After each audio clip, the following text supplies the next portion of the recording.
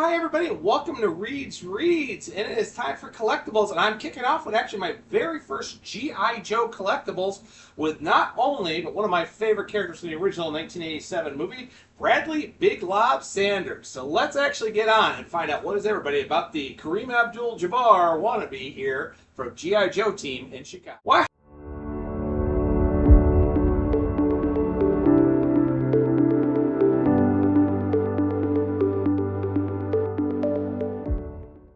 So, back when I was very young and the movie had finally come out on VHS for me to watch here for the G.I. Joe movie, because many people do know the G.I. Joe movie actually was withheld a lot of it because of the backlash of the Transformers 1986 movie, which of course led to the death of Optimus Prime as well as several other Autobots that had done such a crushing beat, because they actually had a lot of main problems with the G.I. Joe movie because they were going to kill off two. They did some voice changes, some other ones. If you don't, go ahead, just check out some other videos online that'll explain the whole thing about G.I. Joe the movie, which still has one of the best introductions like ever. So, one of the characters that really jumped out at me, he was not available at any toy store or any dime store anywhere to look at anything, was of course Big Lob here. So Big Lob here was of course Bradley Sanders. He was actually a basketball person that would really well that joined the military and eventually joined the G.I. Joe team. He was actually based off of Kareem Abdul-Jabbar. Many people think that he was Michael Jordan or very young Scottie Pippen, but they were still coming in the early age. We weren't really into the main things of the Bulls being tanked to the 1990s champions and everything else. So this was kind of based off of Bradley here was based off of Kareem Abdul-Jabbar as a little piece of the members of Rawhides that, of course, recruited to the new G.I. Joe team that eventually, helped defeat Cobra in the movie. So there's a lot to go on with here with Big Lob here. So very, very great character. So like I said, he was not available.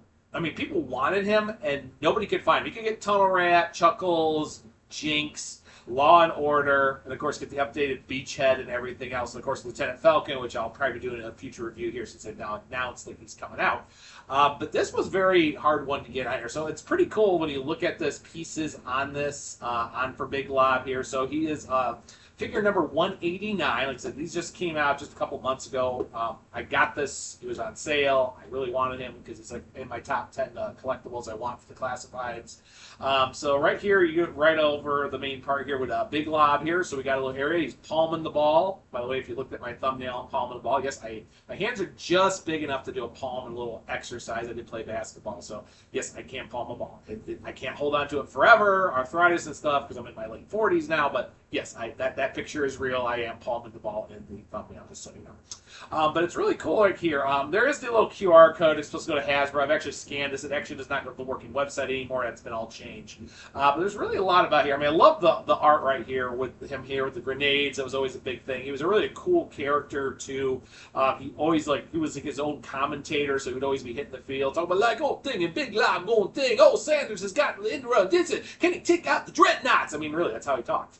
And everything else too. But there's some really cool things in here. And like I said, despite the fact this is a G.I. Joe and I could cut the tape, I will not do that. I am that kind of collector. So let's really get into really pieces of this so much on here.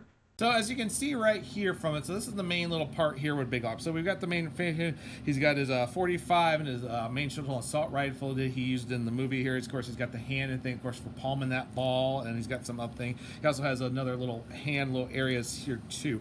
Sculpture is really, really nice on this. I mean, it really does look like the movie brought to life. It really does look like Bradley. I really love it. He's got the number 14 in there, which is supposed to be double, 7 here for the lucky number here. Love the thing. He always had such a simplistic design. I always really loved this little piece on that too. I mean, if you look at that, here's a little better close-up of what I was doing here earlier. But I mean, it's just really well done. He one thing had his communication telephone here, and his grenades and everything. He's supposed to be supposedly around 6'10", 6'11", if I worked at the original bio correctly on Brad here.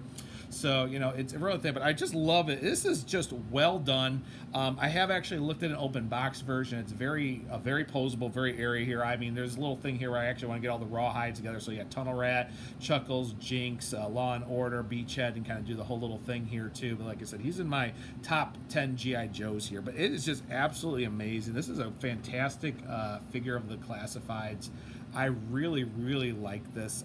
I mean, it's really great. As a person who wanted this when I was younger, because I had Tunnel Rat, I never got Chuckles. A friend of mine got Chuckles. I had my Beachhead. I don't know what happened to him. He's long gone. I don't know what happened to each head.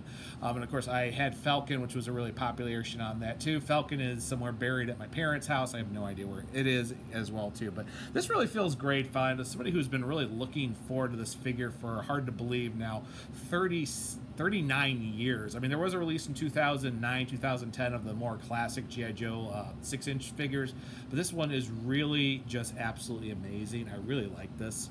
You know, this is a perfect thing. This is actually launching my Classified G.I. Joe collection here. I actually have a lot of Python Patrol members that I recently found on some good sales that are coming here. So you're going to see actually the various Python Patrol members here coming on my reviews here on Reed's Collectibles and everything else. And, of course, with the current Energon universe, I am hoping he's going to show up. And as you can see, I have my... got my old G.I. Joe star here ready to go. Yo, Joe, for backside. But this is a fantastic figure. I really, really like it. I mean, for my top 10 favorite characters of G.I. Joe, this is really incredible. And I am really looking forward to getting the rest of these ones here. Hopefully get building the rawhides at one more time for the movie. But I am so happy Big Lob is here. Fantastic little piece here. I got my collection spot ready to go over there. I'll show that in a future video. But right here, that's really all. It's going to do it for today for Reed's Collectibles here for our first G.I. Joe collectible. So thank you for joining us today. And definitely like and subscribe. Leave some comments of some things. I got some more coming up. Like I said, I will be doing some Python Patrol G.I. Joe Classifieds coming up here in the next couple of weeks, as well as finally starting my NECA here as I get closer to the conclusion to the TMNT Last Ronin Ghost Brothers collection. So on that note, everybody, I'll see everybody later. You know,